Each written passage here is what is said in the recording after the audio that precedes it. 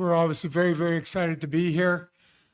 This process for us really kind of began last year when we lost to Holy Cross, and that's kind of been a little bit of our underlying motivating factor throughout the year to try and get back to this position. We knew we had a good team coming back, and but regardless of that, how difficult it is for any team to get through their league, and not only the regular season, then for Atlantic hockey, it's up to an automatic bid. So your regular season is just preparation for playoffs, and then you've got to win your playoffs to move on, which is a real difficult thing. And not many teams are able to win both. But with that, we've done it a lot of different ways this year, starting with great goaltending, a couple of defensemen that have had outstanding years.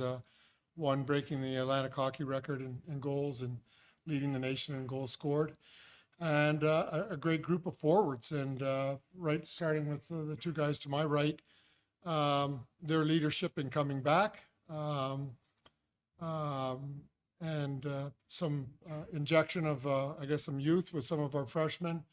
We've been able to do well on our special teams and our leadership, and that's, I think, the reason why we're here. And the new season begins with the NCAA. So the regular season was great. The playoffs was even better to get us here, but now it's also we're on the big stage and facing. It doesn't matter who we were going to face. You're going to face an outstanding team, but I think BU's what they've been able to accomplish, and their players have speak for themselves. Thank you, Coach. We'll have our questions for our players. Please raise your hand. Ryan's got a microphone. List your name and your affiliation, and you can have questions for our two players.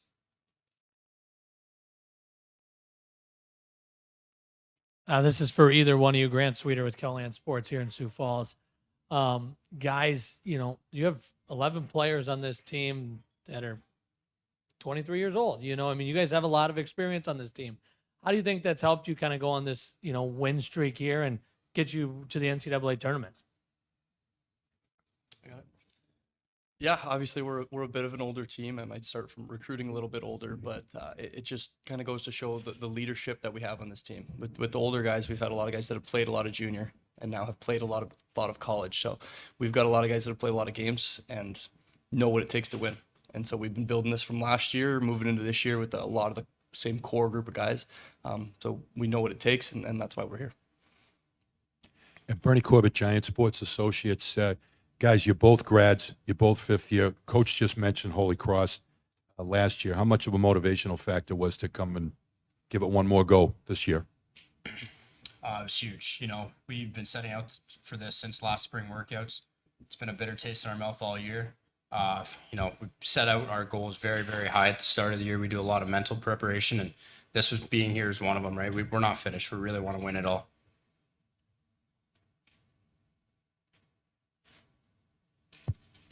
Jess Myers from the Rink Live. For either of you, just, how much are you kind of wide-eyed by what you're seeing here and having kind of that kind of fun, and how much do you try to live in the moment, obviously concentrating on winning a game, but, enjoying the ride as well?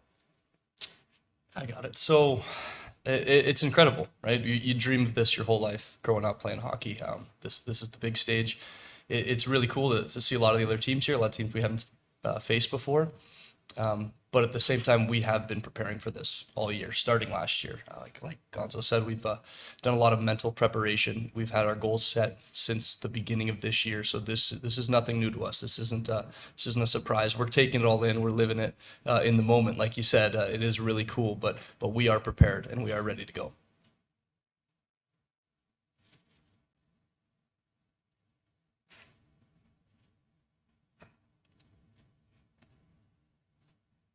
Caleb, have you been to Sioux Falls, South Dakota? Have you been to either one before? And if not, what's kind of your first thoughts of, getting to see the city and getting to see the Premier Center? So I've not been here. I've driven through it a couple times. Being from Alaska, I've done the trip a few times, the drive. So I have driven through it a few. Yeah. Not quite. I've never been here, obviously, but actually one of my really good friends who I grew up with is the equipment manager here for the team, and so I've seen a lot of his stories that he's posted for games that they've had. So I've seen it a little bit, but No, I've never been here before other than passing through.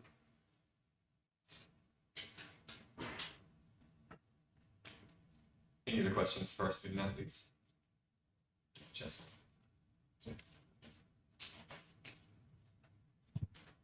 You guys have seen BU by this point. I'm sure you've scouted them. How important is that first maybe 10 minutes going to be to kind of establish that we're here for a reason, I guess? It's going to be extremely important. That's been a stress for our preparation all week throughout practice. You know, we've done pretty well against Hockey East competitors throughout the season, and our starts is what's got us there. We played UNH at home. We split with them. Should have swept them, but I mean, our starts were huge that weekend.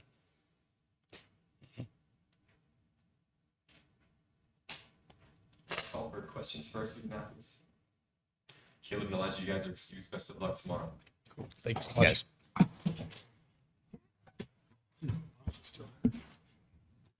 Now, for questions for head coach Wayne Wilson. Wayne, it's Jess Myers from the Rink Live. I know that the other three teams here are all on losing streaks, and you've got some momentum. Just, how much of that carries over and kind of feeling good about yourself right now? Well, you hope it does, but you also understand that it could end suddenly. We don't have much of a choice in our league if a one-game losing streak gets us out real quick. So, like I said, that's the difficult thing with our league is that regardless of what type of regular season, or for us it was 26, regular season games, it's insignificant. You've got to win your playoffs, and we've had a lot of different people win one or win the other, but it's hard to win both. And as you look around the leagues, you see a lot of the teams that won their regular season weren't able to win their playoffs. So for us, it's our playoffs, and that's the streak that's most important. And we were able to do that after a good regular season. Wayne, Bernie Corbett, you look back to 2010 and the run you made to the Frozen Four. Do you see similarities with this team to that team at all? Probably not. I guess there is a little bit, but the one thing as I talk to our guys is that, when you're coming from Atlantic hockey and we're not, we are what we are, and we still think we're a really good team. And I know people can evaluate our league however they want. The 2010 team didn't have anyone before them to set a tone or set an example. So what the 2010 team did, or the 2015 when we were able to knock off the number one seed, was you give us some hope and some belief that yes, we can. And I think that's what that's what differentiates the two teams, is that we're able to look back on what some teams in the past have done in the tournament, say, hey, why not us, and really believe it, versus the 2010 going, buckle up, like what's going to happen here, and you don't know what's going to happen. So I think what teams in the past were able to accomplish, and other Atlantic hockey teams, I shouldn't just mention our teams in the past, but that's who our guys look to for maybe some inspiration and help us. What have we done in the past? And then, as I think Caleb mentioned, playing some Hockey East teams already, and how much better is BU than Maine? How much better is the next team going to be than Notre Dame from the Big Ten? So you're trying to gauge that, and you never can do it, but at least that gives us something that we can build off of. And as a follow-up, we talked last week, and this is the first meeting ever between BU and RIT. But it's not the first time that you've seen BU in the NCAA tournament. If you care to elaborate on that, I wish you wouldn't, but Yeah, I feel can. free. I don't It's been mind 40 that. years. I've been an analyst since Well, then. just to prelude that, I got a good luck and you can do it from Jerry York and Scott Pollock, BC guys, and Buddy Powers, who I worked with and worked for at Bowling Green, a BU graduate, never sent me that. He's on radio silence right now. So, but going back to 1984, this is a time when 8 teams made the NCAA, and it was total goals, and we had lost the first game by 3. I don't remember the scores. I just know it was 3. And we won the second game by 3 and won overtime, and won the overtime to advance us to Lake Placid. So, one of my only memories of playing BU is a good one, but it took 2+ to have that memory. So that's all good. But I like that, Bernie. Thanks. Just to finish that story, Wayne was a player on the 1984 Bowling Green team that ended up winning a national championship. Yeah.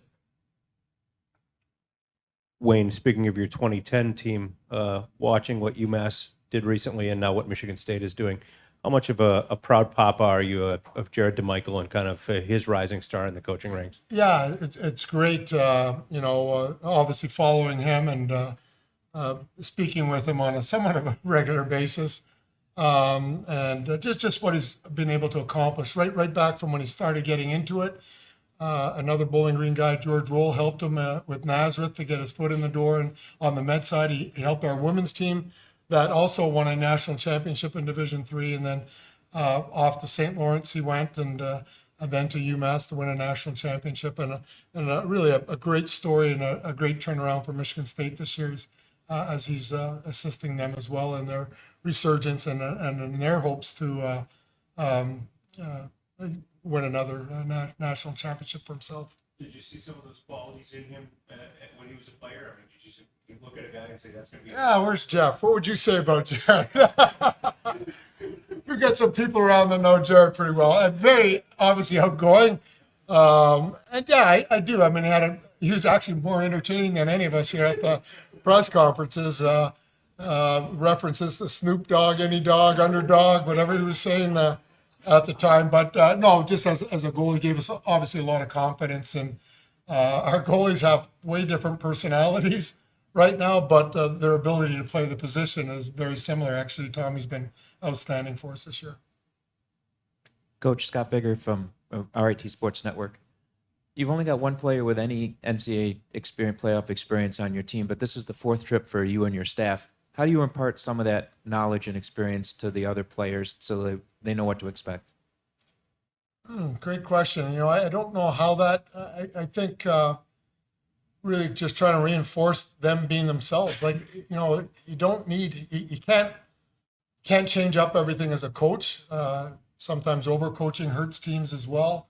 But I think your players just have to come in just really with a strong inner belief in themselves and the team. I don't think you can manufacture that. You try to, I guess, just what I said about reflecting back on past teams that had success or how we played other teams this year that will be very similar to BU. They may not be BU. The personnel is different, but there's not something out there that is drastic. We've got to stick with what we do and play to our identity and do what we do and do it as well as we possibly can and worry about that and see if that's good enough to take us where we want to go. Coach Matt Campbell, RIT Sports Network. There's been a lot of talk in the media, including in the selection show, about the age difference between these two teams. What do you think that really? What part do you think that really plays in this contest this weekend? Well, all of a sudden I don't know how that became such a talking point, but maybe it was because of the selection show. But I think we have a program that's much different than a lot of other programs, and I say that I like to say we do it the old-fashioned way, we do it the right way. But if you look at our roster 4 years ago, who came in as freshmen, or 5 years ago with some of them, you look at them, they're still here. So we're not dismissing guys after 2 years and, hey, we don't like the way you're playing, you're gone. And it's not because of grades or anything like that. Our guys stick with us. We asked their senior year, do you want to come back for your fifth year? I think you can talk about the age, but I think the fact that they want to come back and get their MBA and they love playing college hockey and they love playing it at RIT speaks about our culture. And with the transfer portal and everything else, we've used it 3 times. So we've plucked 3 guys. I kind of wish we never used the transfer portal at all. No offense to the 3 guys we have because they've been big contributors, but it's just, like the guys, Elijah came back. He got off to a great college career and then had to have both his labrums done 1 year and missed it and really affected the start of his next year and wanted to get his MBA and wanted to come back. And Caleb there, he's scribing in a hospital. He's been accepted to med school, but scribing, working in the emergency room is another way. We have a great co-op program at RIT. It's another great example of someone that's going to be able to further and get into the medical school he wants to because he's got that experience along with his education. It's hard for hockey players to be in the emergency room and that while you're taking full-time classes. So this was an opportunity for him to get that experience and hopefully write his ticket for the future. Our 2010 team had 3 doctors. They're all doctors now off that team. So these are guys that are coming to school for all the right reasons, and not that anyone going anywhere else is for the wrong reasons. We have a transfer portal, whether you agree with it or not. You can use it however you want. My hope is that we provide a great experience at RIT for our players, and that I want them back and they want to come back. And so we're never getting rid of guys that are going to be junior seniors and replacing with young guys. We also don't have the problem that BU has, where guys may sign after 1 year or 2 years. So that, that's, we use that to our benefit, but that's not speaking negatively on BU. But why are we younger? Because we not only age out after 4 years, but we age out after 5. And coupled with that, when we didn't have scholarships, no one was jumping early when they had eligibility left in junior to come and pay when I'm going to try it 1 more year. So traditionally, we've always been last year junior players because they've tried everything in their power to get a scholarship, weren't able to get it, and RIT was a good option for them. We're able to get younger players, whether that's good for our program or not, but we are able to get them now because we can offer a scholarship, and now we know whether they want to come based on money or based on, I've got other options, I'd rather go to a different school. So that is really, in a nutshell, why we're an older team.